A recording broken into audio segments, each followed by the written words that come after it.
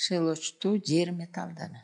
Буларга Менделеевдин мезгилдик системасындагы экинчи топтун негизги топчосунда жайгашкан элементтер кирет. Негизги топчосундагы. Кайсылар? Мына бул жерде көрүп турасыңар. Бериллий, магний, кальций, стронций, барий жана радий.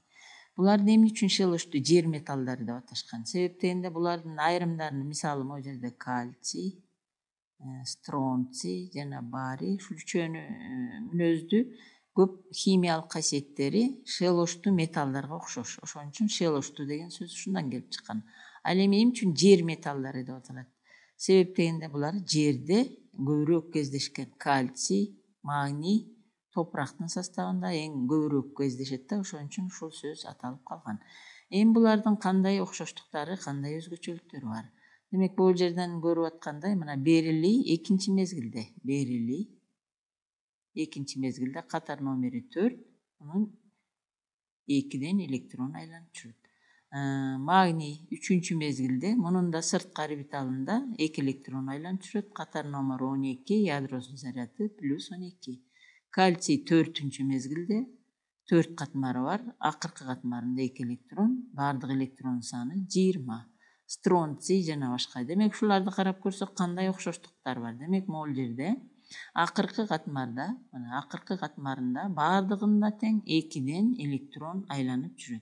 Демек бул атомунун түзүлүшүндөгү бир окшоштук. Булар S элементтер. Себеп дегенде булардын S орбиталдары электрон менен S2 болуп табылат. Мисалы бериллийдики 2s2, магнийдики 3s2, 3s2, кальцийдики 4s2 жана башка. Стронцийдики 5s2. Демек акыркы катмары S орбиталдары менен 2 электрон айланып жүрөт. Мына бул окшоштугу. Ошон үчүн булар реакция учурунда, мисалы кальцийди алсак, реакция учурунда 2 электронун берет дагы, 2 электронун башка атомго, кальцийдин 2+ деген ионуна айланат. Булар бардыгы тең туруктуу, 2 валенттүү, бардыгы 2 валенттүү, туруктуу. Себеп дегенде реакция учурунда акыркы катмардагы 2 электронду беришет. Бирок шелочтуу металдарга салыштырганда бирден электрон көп, ошон үчүн булардын электронду берүү иондош энергиясы дагы шелочтуу металдарга караганда бир аз төмөнүрөөк. Эми булардын окшоштугу бул болду. Эми айырмачылыгы эмнеде? Айырмачылыгы булар жогортон төмөн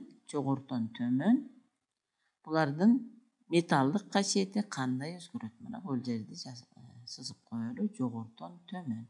Металдык касиет азаят. Бериллий эң начар металл, ага караганда магний күчтүүрөөк. Эң күчтүүсү барий. Эң күчтүү металл барий. Радийди карабайбыз. Радийди жылдызча менен белгилеп коеюн. Бул радиоактивдүү элемент, туруктуу изотопу жок. Ошон үчүн барийге чейин карайбыз. Демек, жогортон төмөн карай булардын металдык касиети күчөйт, активдүүлүгү да күчөйт жана калыбына келтиргичтиги дагы жогорулайт. Демек, эң күчтүү металл бул жерде барий. Себеп дегенде жогоруда айтканбыз. Демек, булардын жогортон төмөн атомдук радиусу чоңоюп атат. Радиус деген эмне? Ядродон акыркы катмарга чейинки аралык радиус. Демек, улам бир катмарга көбөйгөн сайын радиусу да чоңойот. Радиус чоңойгон сайын могул акыркы катмардагы электрон менен ядронун ортосундагы тартышуу күчү начарлайт алыстаган сайын. Ошон үчүн электронду оңой берет. Барий стронций караганда тез берет. Ошон үчүн булардын касиети дагы күчтүүлүгү ушуга жараша болот. Бул жерде болсо атомдук радиусунун сандары кезилген мынакей. Мисалы бериллийдики 0,113 болсо, барийдики 0,221. Бул жерде иондоштуруу энергиясы азайып атат, мына карагыла. Демек, металдык касиети күчөйт, ал эми калыбына келтиргичтик касиети дагы күчөйт, жогортон төмөн. Эми булар жаратылышта кандай кезигет?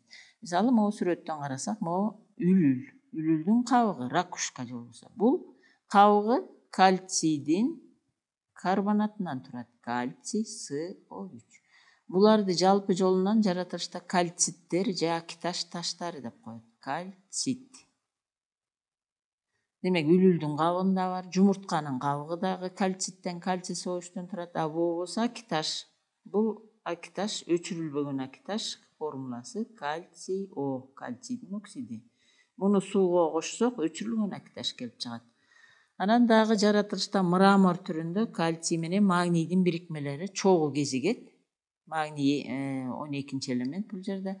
Экөө көбүнчө жаратылышта чогуу кезигет. Мрамор түрүндө. Демек могул сүрөттө бардыгы тең, булар мрамордун түрлөрү. Кыргызстанда да билесиңер, кызыл мрамор көп, бизде мына могу түстөгүсү көп.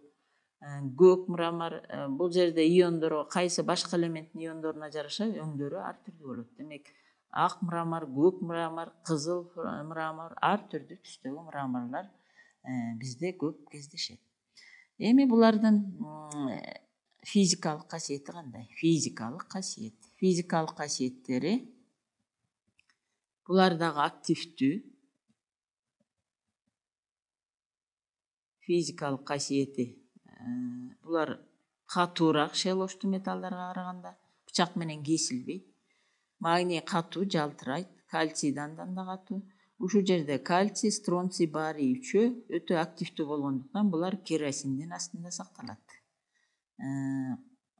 Электр тогун эң жакшы өткөрүшөт. Эми химиялык касиетин карайлы. Химиялык касиеттери. Химиялык касиеттери. Демек биз кальций көп турмушта көп колдонгондуктан кальцийди эле алалы. Биринчи химиялык касиети кальцийдики. Кальций абага чыгарганда өзүнөн өзү кычкылтек менен реакция кирет дагы кальцийдин оксидине айланат. Булардын бардыгы эквиваленттүү. 2.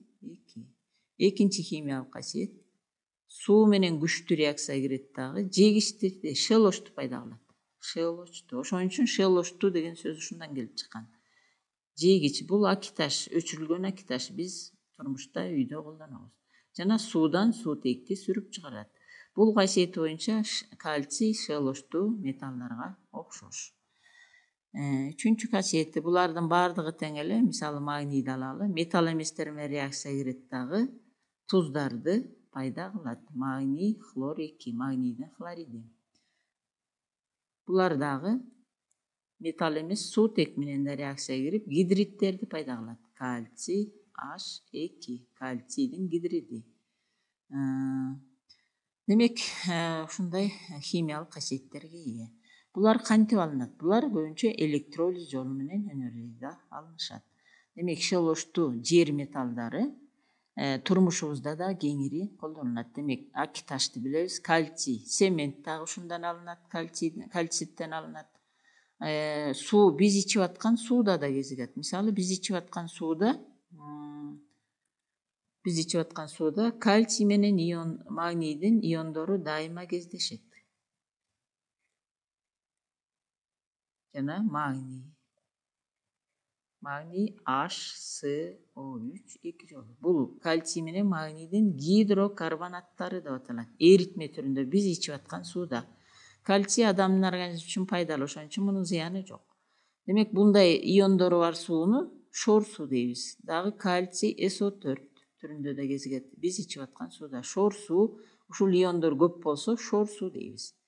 Биз чай кайнатып ичкенде, чайнектин түбүндө кебер калып атпайбы? Ошондо могу жерде реакция жүрөт. Чайнектин түбүндөгү кебер магний менен кальцийдин карбонаты, магний SO3, бул эрибеген зат. Жана кальцийдин карбонаты экөөнүн аралашмасы биз ичип аткан чай кайнатканда ушундай реакция жүрөт дагы. Кальцийдин карбонаты, магнийдин карбонаты дагы бул жерде плюс SO2, анан суу пайда болот. Демек, ушул реакция турмушубузда кезигет. Демек, шелоштуу жер металлдарындагы мааниси чоң.